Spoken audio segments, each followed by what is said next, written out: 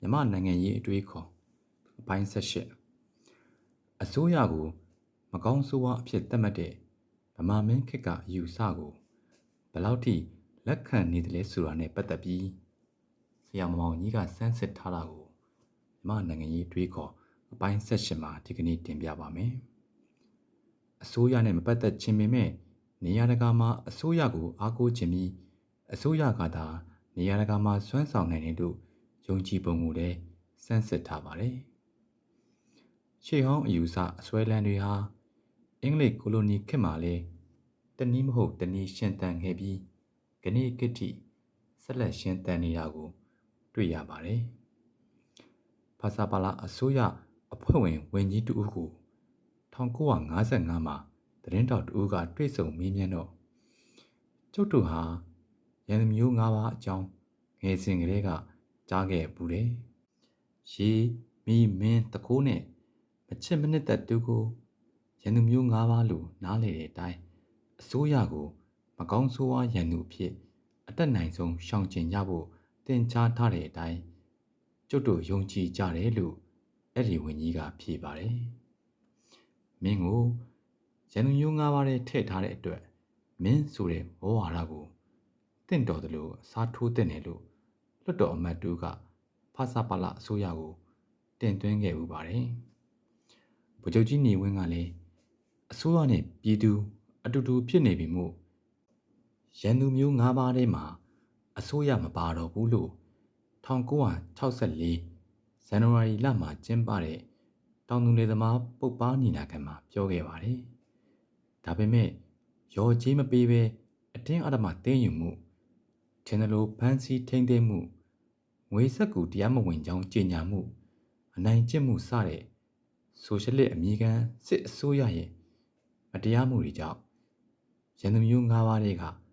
အစိုးရမင်းကိုဖယ်ရှားဖို့ဆိုတာဗုဒ္ဓဘာသာမြန်မာတွေအတွက်မဖြစ်နိုင်တော့ပါပဲအစိုးရကိုရန်သူလို့သတ်မှတ်ထားပေမဲ့တစ်ချိန်တည်းမှာပဲဗမာတွေဟာအစိုးရကိုအားကိုးခြင်းတဲ့စိတ်ကလည်းရှိနေပါတယ်ဒီမိုကရေစီကျင့်သုံးတဲ့ခေတ်မှာအစစအရာရာအစိုးရကိုအားကိုးတာကိုဖျောက်ဖျက်ဖို့လိုတယ်လို့မြန်မာနိုင်ငံသုတေသနအသင်းဥက္ကဋ္ဌကလည်းပြောမှုပါတယ်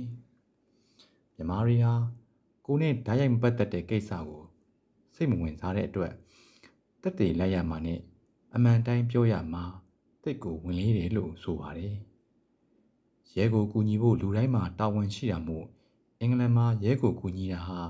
ဒလိထုံးစံလိုဖြစ်ပေမဲ့မြန်မာနဲ့အိန္ဒိယမှာတော့သိပ်ရှားတဲ့အပြုတ်မှုပဲလို့အိန္ဒိယဘုရင်က1962မှာရန်ကုန်တက္ကသိုလ်မိန့်ခွန်းမှာပြောခဲ့ပါတယ်ကိုယ်နဲ့မပတ်သက်တဲ့ကိစ္စကိုစိတ်မဝင်စားတာဟာဒီမိုကရေစီကိုဆန့်ကျင်ရာရောက်ပါတယ်တရားရုံးမှာတက်တည်လိုက်ရင်တော့အမှန်တိုင်းမပြောချင်ကြဘူးလို့အင်္ဂလိပ်အတွင်းဝင်ချုပ်ကမှတ်ချက်ချပါတယ်မျက်မြင်တက်တည်လိုက်သူကလည်းကျွန်တော်တတိမထားမိဘူးတေချာမကြည့်မိဘူးစသဖြင့်မတင်မကျပြောတာတွေရှိတယ်လို့ဆိုပါတယ်ကိုကျိုးစည်းပွားထိခိုက်နစ်နာမှာစိုးရိမ်တဲ့အတွက်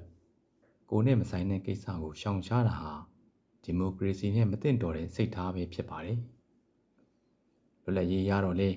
ပြည်သူအရေးကိစ္စမှာမပတ်သက်ခြင်းနဲ့စိတ်ရှိနေတုံးပါပဲ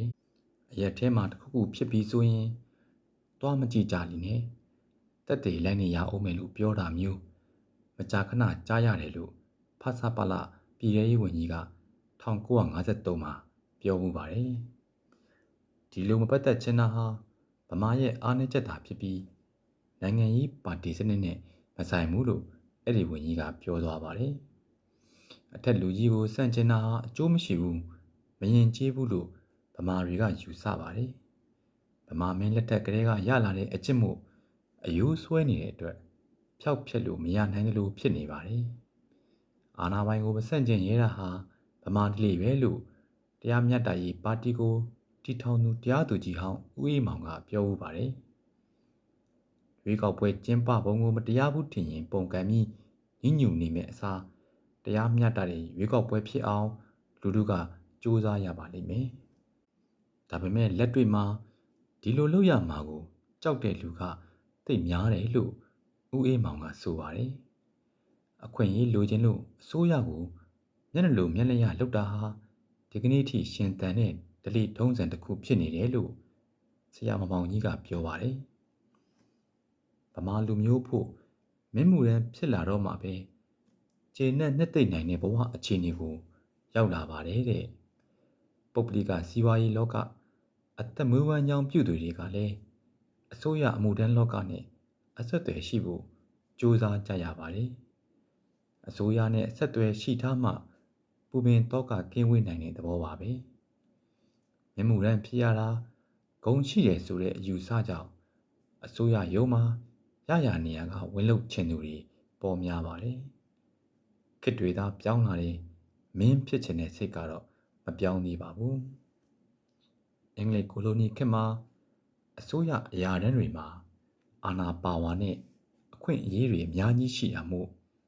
ခေတ်ပညာတတ်အားလုံးအစိုးရအမှုထမ်းဖြစ်နေကြတဲ့အတွက်မင်းစိတ်စိုးစိတ်ဟာပိုပြီးတော့တောင်ပြင်းထန်လာသေးတယ်လို့ပြောနိုင်ပါတယ်ကားပြင်တဲ့လူမျိုးဟာအလုတ်ကျန်းဖြစ်လို့မလုံနိုင်ဘူးတိတ်ခါကြတယ်ဆိုပြီးတခင်ဆိုတဲ့လူငယ်တွေဘဝင်မြင်ပြီးစည်းစားကြောင်းမုံကို BCS အရာရှိတူကမှတ်တမ်းတင်ထားပါတယ်လူငယ်တွေဟာအစိုးရအရာရှိဖြစ်တဲ့ရတာခံစားလိုကြပါတယ်အစိုးရအရာတန်းဖြစ်လာတာနဲ့မင်းဆိုးရတာစိတ်ဝင်လာပြီးအလုံးငါသိတယ်ငါတက်တယ်ဆိုတဲ့အနေအထားမျိုးမှာရောက်နေကြပါတယ်အစိုးရအလုပ်မလုပ်ခြင်းနဲ့ကျောင်းနေဘက်တငယ်ချင်းတွေကိုတောင်အထင်သေးလာပါတယ်လက်အောင်ငယ်သားကိုဖြုတ်နိုင်ထုတ်နိုင်တဲ့အာဏာရှိလာတာမျိုးကိုသဘောကျတယ်ထင်ပါရဲ့ဒါကြောင့်မိဘတိုင်းဟာသူတို့သားယောက်ျားလေးတွေကိုအစိုးရအရာရှိတွေဖြစ်စေချင်ကြပါတယ်မိဘချမ်းသာရင်တော့အရာရှိဖြစ်ဖို့အလားအလာပိုကောင်းတာပေါ့ကိုလိုနီခေတ်မှာကျောင်းသားတိုင်း BA အောင်ပြီးတော့မြို့အုပ်ဝင်တော့လုပ်ချင်ကြပါတယ်မြို့အုပ်နဲ့ဝင်တော့ဆိုလူတိုင်းကြောက်နေကြတာမို့ BA အောင်သူတိုင်းဖြစ်ချင်ကြတာလို့သိပ္ပံမောင်ဝါကရေးပူပါတယ်ဗမာပညာတတ်ဟာ